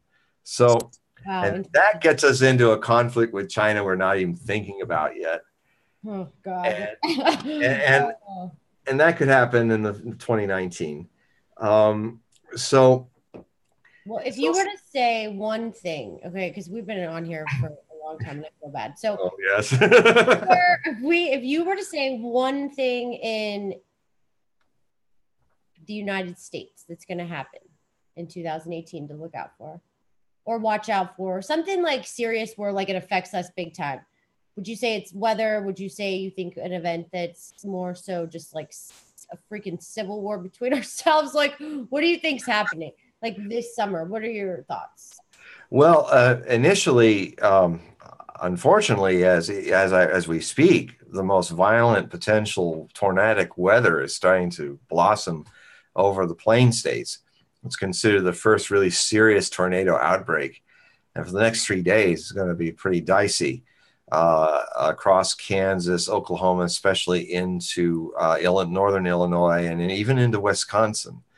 And then it's going to roll across. And I have been saying that all this cold, unseasonable weather is just delaying spring from doing this sudden flip. And when it flips, it's just taking everything a month late. The tornado season is going to hit in May rather than it usually does in April. And so, I'm very concerned about us having a repeat of the kind of supercell events that happened in 2011. With Tuscaloosa and other around Alabama, and so many things being destroyed and people dying, and that is a big danger that seems to be brewing now. So everybody better watch in the tornadic areas in May and June. John, like I'm telling you, this winter, first of all, you and I live on completely different sides of the world, but like both on the water, different sides. It's kind of funny. And how's your water doing? I don't know, it's a little rocky out here. And I'm going to say this weather, this summer, spring. We didn't have a spring. It goes from 70 degrees to freaking snows. Like then next day it's 30. And then the next week, it's like, what the hell is going on? And it concerned. I have never paid attention and was concerned about the weather until this year, where I'm like, something is not right. It is I can tell you what it is. Yeah. It's the Gulf Stream is almost standing still. It is because of all the melt from that important part of the current conveyor belt that's near Greenland. A lot of melt of ice is desalinating it.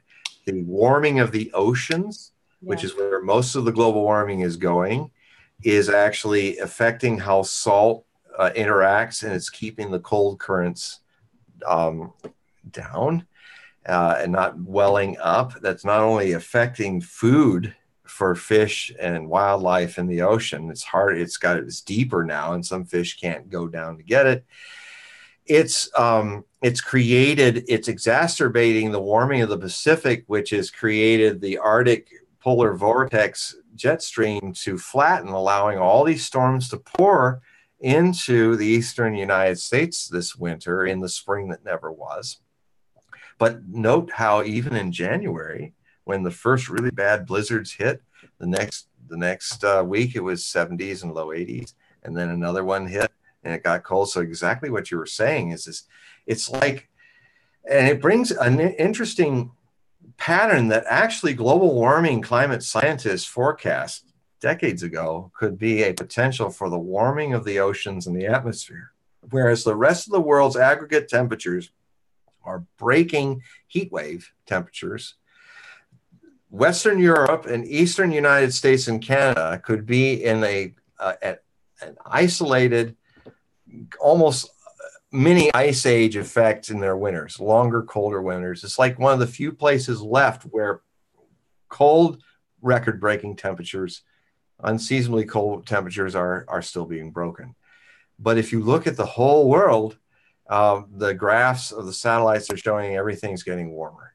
So like right as we speak in the end of the summer, in beginning of autumn down in the southern hemisphere, South Africa is in a legendary drought, and Cape Town of 4.5 million people is running out of fresh water. The Patagonian region of Argentina also is in and Buenos Aires in a historic drought from heat and dry temperatures. This global warming is exacerbating the La Nina effect, which is in working now, but it's going to flatten out by the end of this month of May. And so I see a dramatic uptick in temperatures, even in the areas of Europe.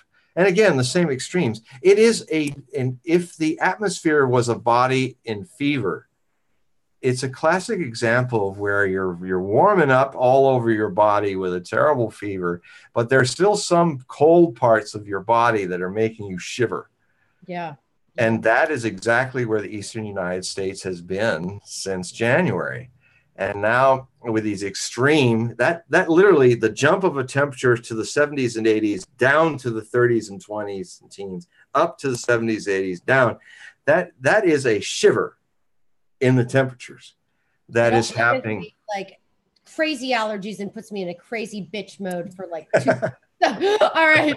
So we're also going to say like it really is not putting it's putting a damper on my sinuses. But yeah. That's a great line. Putting a damper on my sinuses. It really is. Like it's messing me up where like 1 minute I just woke up yesterday sneezing profusely because it went from hot to dropped in the middle of the night and went down to 30 degrees. What the hell is that? Yeah, it's not normal. Climate change, whether one debates whether it's warming or colding, climate change is about more and more extreme weather. Yeah. And because of the complicated situations and the Gulf Stream slowing down.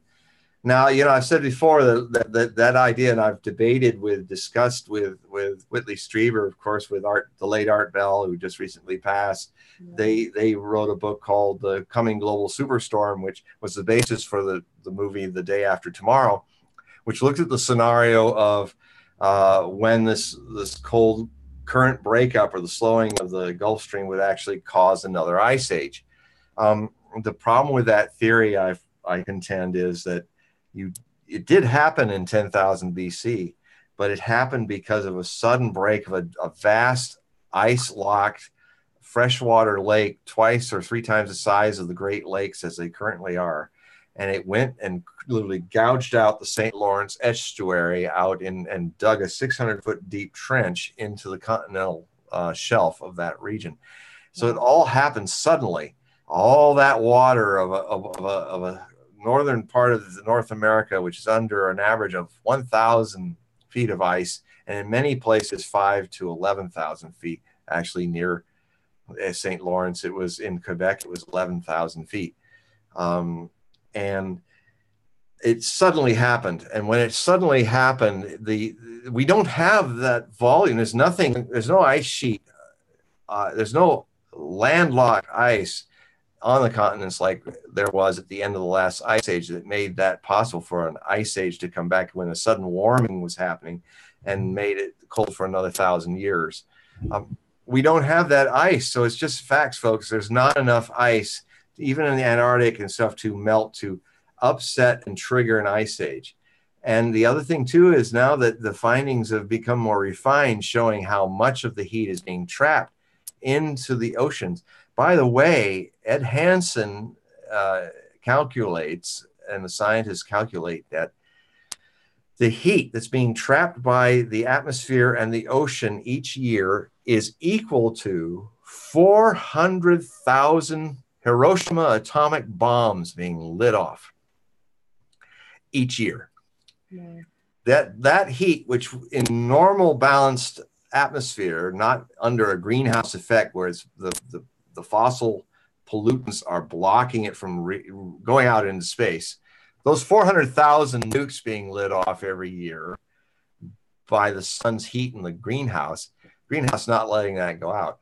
So compounded 400,000, 400,000, 400,000 as the carbon sinks that contain the carbon are being released in mega fires, in the permafrost melting, and hopefully we dare not go to the point where the hydrates in the continental shelf start bubbling up like doomsday Coca-Cola.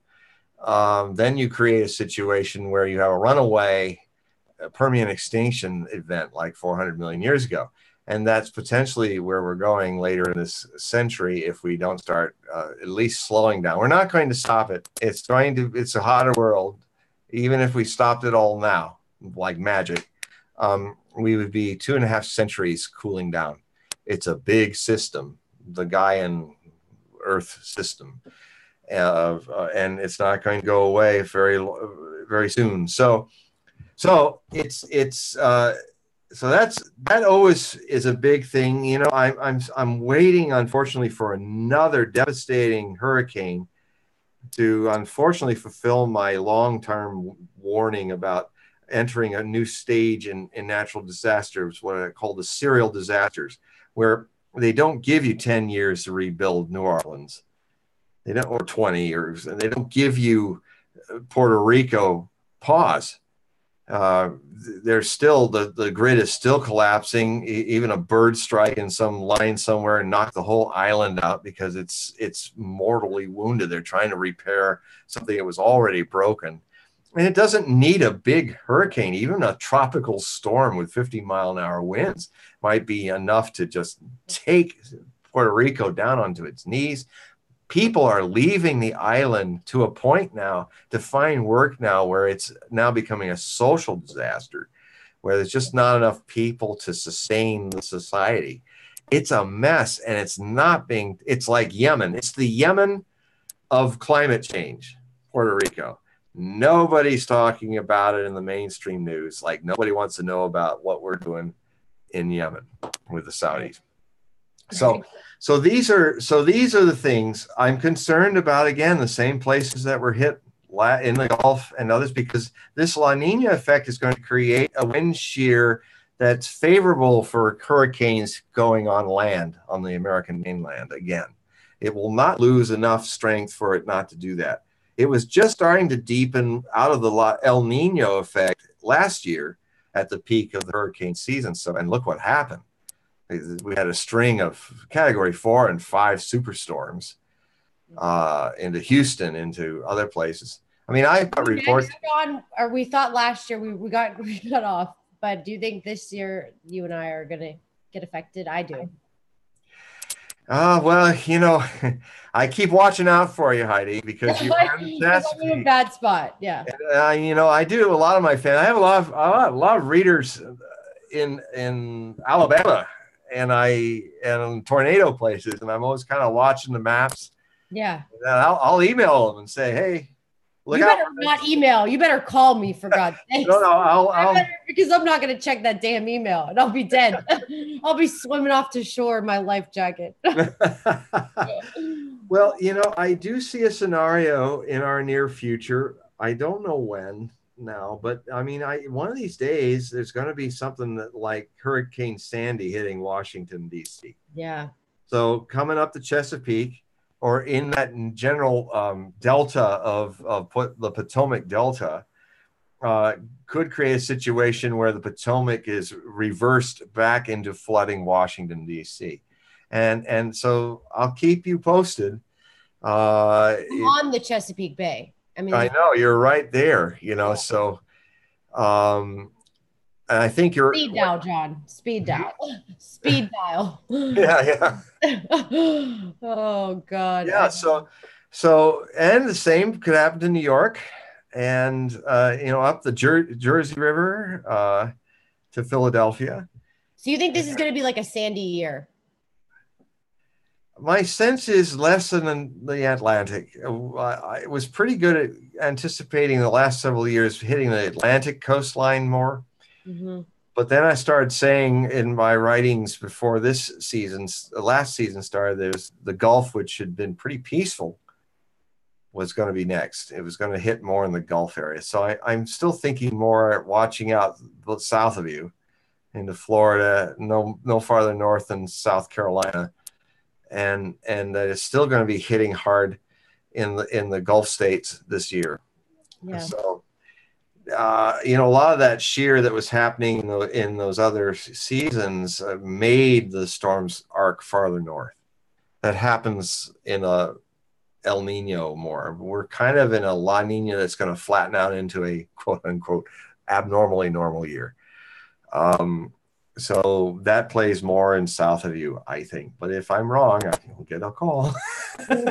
Yeah, please do. I do this for a lot of my readers around the world.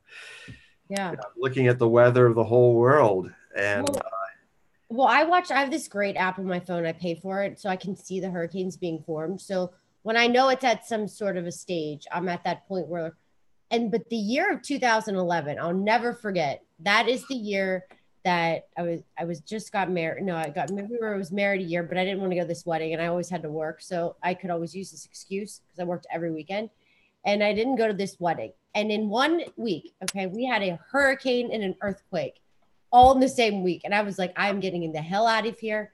And I left and went home to Pittsburgh and took my dog and I was gone because it was crazy. And I've never been in an earthquake. And I thought it was the construction guys hitting the house. And I went outside and I was like, what the fuck is going on? What are you doing? And I was flying down the stairs. This is no joke.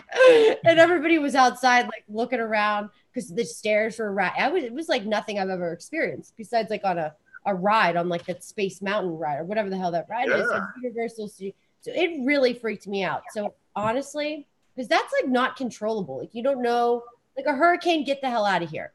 Earthquake, it's different. It's a different beast. Well, yeah, and I grew up in Southern California. I survived the Silmar quake, and so out here in the West, we're not used to hurricanes and tornadoes, but we are definitely more used to earthquakes. And I remember when my mom was still alive, whenever it would happen, I'd call her up and say, I felt like a 3.2. What do you think? Yeah, 3.2, 3.3, because we're Southern Californians. Right. So. My ex-husband was like, Heidi, that's like a freaking joke to what I do, because he grew up in California. When Silmar, I'll never forget it. It's 6 a.m. It's time for getting up in I think it was ninth grade in 1971. And I'm laying in bed and it's the 70s. So it's thick shag carpet, which is absolutely possessed and grabbed the wheels of this heavy bed. And then I hear from the north the most weird sound. And it's like vast across the northern horizon. It's like sound is like a storm coming. It sounds like a million freight trains. And it's rising. And it just went, and then it just went like that. And then at the moment it was getting like too much, I went, stop. And then it stopped. Stop. My bed was moving all over the shag carpet. It was freed. And I couldn't even budge that thing. And everything was rolling. And we were 48 miles away from the epicenter. Wow. And yeah, so, but I live in the Pacific Northwest. We are definitely waiting for our version of Banda Aceh in Indonesia, because our subduction zone is actually a model for what happened in Indonesia. And why are we staying in these states? You and I, we're just like waiting out the storm, like just waiting on the storm. Why do all the great places have crowds of people? Well, in the case of earthquake areas, a lot of people live in earthquake areas or near volcanoes and things, because it's the part where the earth is most alive. I don't think people consciously are aware of it. Like, but you know, rift zones and all, a lot of people live in them. I mean, it's a lively place. I mean, I've based my life here on the West Coast of the United States, and I've always been in earthquake zones. And yeah, the Earth's hopping here, to say, so to speak. Yeah. But you know, when I did summer stock on the East Coast in Cape Cod, I kind of got a taste of what it must be like there in Chesapeake, a little farther north, and it has a beauty. And you have the Gulf Stream going right by there, and the water is bathtub warm in the summer. I would never swim in that water. Well, in California and up here, technically we're very warm, even though you can freeze to death in the water here. But we're so far north, we should have ice because of the Japanese current. You know, so we have like 52 degrees. But I mean, I lived in the beaches of California, and California eddy is a cold current, and man, it was always cold in the water there. But when I did summer stock on the east side in Cape Cod at Highfield Theater near Woods Hole and Martha's Vineyard, guys stepped in and said, "This is bathtub water." And they were all laughing at me. But then they'd say, "Oh, look at these big waves coming in." It's like a 1 foot wave. And it was my turn as the Westerner to laugh at them, saying, "Man, I come from California. We have breakers that go across the entire Pacific Ocean and crash on your head. And that's a normal day." But then, of course, when the weather started getting wild in the ways that Californians could never dream on the East Coast, my East Coast friends was, "You see, John, welcome to weather. We have real weather." You don't have no weather at all. You guys go in and hide when it's sprinkling. Yep. So, all right. Well, we're going to end it and wrap it up now. It's been almost 2 hours. So thank you so much for coming on here and embracing us with your amount of knowledge. You never, I will say, if you have not checked out John's books, go on his website, please. I mean, I put it in the live chat. I'll post it again, but it's HOGUE'sprophecy.com. And I mean, buy his books. They're so affordable. They're 100% worth buying. And I'm going to also put all the links in his, in the comments and pin them. So that's all I have for today. And thanks, John, so much. Thanks, Heidi. And thanks, everybody, for tolerating my great Hogue data dump with all the dyslexic ways I speak. We love it. Love it. Oh, funny. Hold on. Let me just turn this off.